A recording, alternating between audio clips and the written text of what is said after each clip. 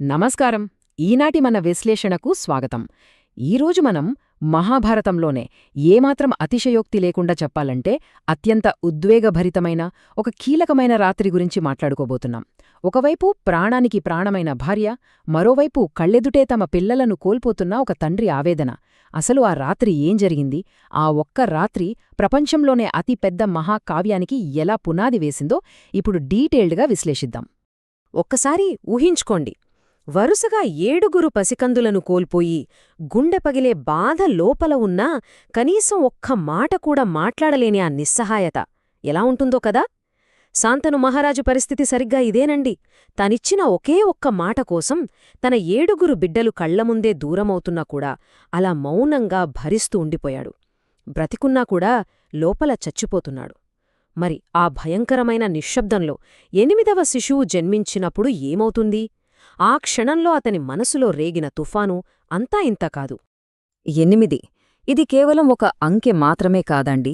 ఆ క్షణంలో హస్తినాపురానికి ఇదొక గొప్ప ఆనందమైతే సరిగ్గా అదే సమయంలో శాంతనుడికి మాత్రం ఇదొక అంతులేని భయం. 8వ బిడ్డ పుట్టగానే రాజ్యంలో అందరూ సంబరాలు చేసుకుంటున్నారు. కాని శాంతనుడి మనసులో మాత్రం ఒకటే టెన్షన్. మళ్ళీ అదే జరుగుతుందా? ఆ రాత్రంతా ఆ తండ్రి పడిన భయమంతా కూడా ఈ చిన్నారి జననం చుట్టూనే తిరిగింది. సరిగ్గా అర్ధరాత్రి సమయం.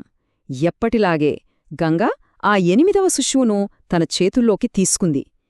ఏమీ జరగనట్టుగా అత్యంత నిశ్శబ్దంగా గంగానది వైపు నడవటం మొదలుపెట్టింది. మీరు ఈ దృశ్యాన్ని ఒక్కసారి ఊహించుకుంటేనే అర్థమవుతుంది వాతావరణం ఎంత ఉత్కంఠగా మారుతుందో కదా.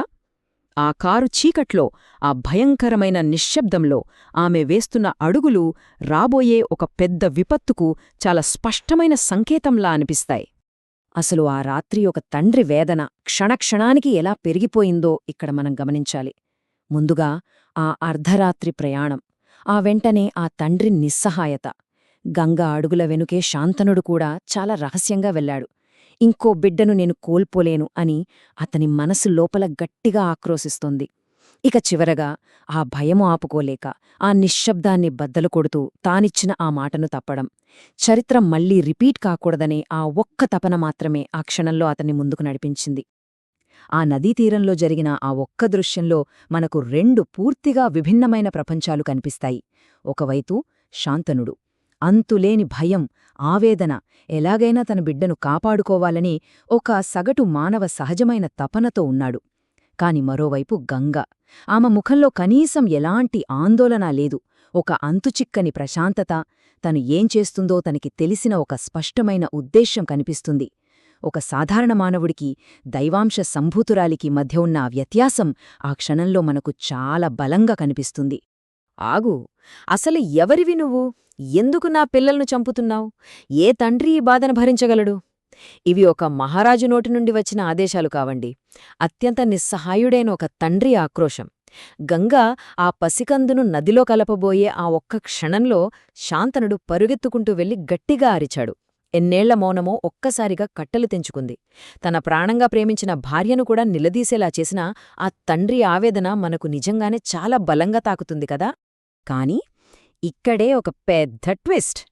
ఇంతలా కోపగించుకున్న శాంతనుడి మాటలకు గంగ కించిత్ కూడా బాధపడలేదు సరికదా, చాలా ప్రశాంతంగా ఒక చిరునవ్వు నవ్వింది.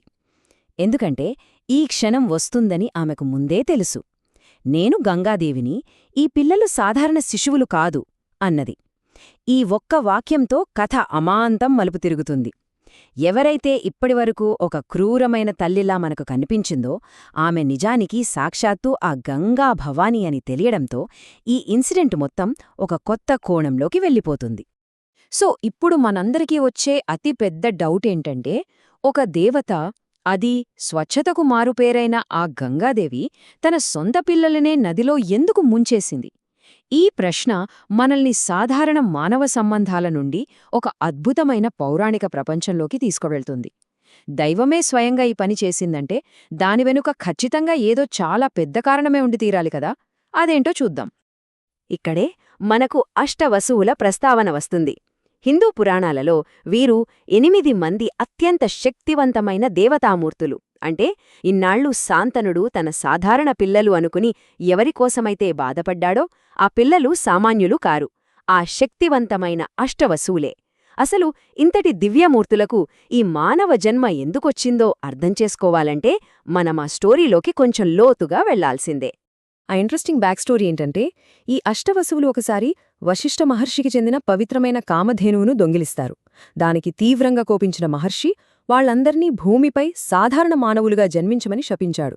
ఆ శాప విముక్తి కోసమే గంగాదేవి వారికి తల్లిగా మారడానికి ఒప్పుకుంది.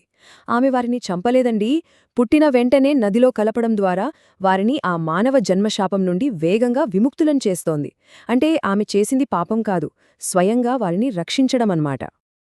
అయితే మొదటి 7 వసువుల కథ ఒకలా ఉంటే, ఈ 8వ వసువు కథ మాత్రం పూర్తిగా మరొకలా ఉంది. అసలు ఆ ఆవును దొంగిలించడంలో మెయిన్ రోల్ ప్లే చేసిన ఈ 8వ వసువు అనగా ప్రభాసుడికి మహర్షి మరింత కఠినమైన శిక్ష విధించాడు. మిగతావాళ్లలా వెంటనే విముక్తి పొందకుండా భూమిపై సుదీర్ఘకాలం పాటు ఒక కఠినమైన జీవితాన్ని గడపాలని శపించబడ్డాడు. ఆ శాపమే ఈ 8వ శిశువు ప్రాణాలతో మిగిలిపోవడానికి అసలు కారణం. ఆ 8వ వసువు భవిష్యత్తు ఎంత అసాధారణంగా ఉండబోతోందో మనమిప్పుడు అర్థం చేసుకోవచ్చు. శాపగ్రస్తుడైన వసువుగా భూమిపై జన్మించిన ఆ బాలుడిని గంగాదేవి తనతో పాటు దివ్యలోకాలకు తీసుకువెళ్లి అక్కడ సకల అస్త్రశస్త్ర విద్యలూ నేర్పిస్తుంది. ఆ అద్భుతమైన ట్రైనింగ్ తర్వాతే అతను ప్రపంచమాశ్చర్యపోయే ఒక మహాయోధుడుగా, దేవవ్రతుడుగా తిరిగి రావడం జరుగుతుంది. అతనే మహాభారతంలో మనం చూసే ఆ అజేయమైన వీరుడు, సాక్షాత్తు ఆ భీష్మ పితామహుడు. ఈ సంఘటన ఒక తండ్రికి ఎంత బాధాకరమైనదో పరోక్షంగా ఈ ప్రపంచానికి అంత గొప్ప భవిష్యత్తుకు కారణమైంది. శాంతనుడిచ్చిన మాట తప్పడంతో గంగా అతన్ని విడిచి వెళ్ళిపోవాల్సి వచ్చింది. ఒకే ఒక్క క్షణంలో అటు ప్రాణంగా ప్రేమించిన భార్య, ఇటు ప్రాణం కంటే ఎక్కువగా కాపాడుకోవాలనుకున్న కొడుకు ఇద్దరూ దూరమయ్యారు. కాని ఆ తండ్రి పొందిన ఈ తీరని శోకం వల్ల ప్రపంచానికి మాత్రం ఒక అద్భుతమైన యోధుడు లభించాడు. ఆ ఒక్క మనిషి కోల్పోయిన నష్టం మహాభారతానికి ఒక మూలస్తంభాన్ని ఇచ్చిందనే చెప్పాలి. ఇక చివరగా ఒక శక్తివంతమైన ప్రశ్న మనల్ని ఆలోచనలో పడేస్తుంది. ఒంటరిగా మిగిలిన ఒక రాజు కన్నీళ్లు మహాభారత చరిత్రలోనే అత్యంత గొప్ప యోధుడిని ఎలా తీర్చిదిద్దాయి? అసలు గంగ దగ్గర పెరిగిన ఆ బిడ్డ ఎలాంటి దివ్య విద్యలు నేర్చుకున్నాడు? ఆ దేవవ్రతుడు ఆ తర్వాత భీష్ముడుగా ఎలా మారాడు? కేవలం ఒకే ఒక్క రాత్రి జరిగిన ఈ సంఘటన రాబోయే ఆ కురుక్షేత్ర మహాసంగ్రామానికి ఎలా పునాది వేసింది? రాబోయే విశ్లేషణల్లో ఇవన్నీ డీటెయిల్డ్గా తెలుసుకుందాం.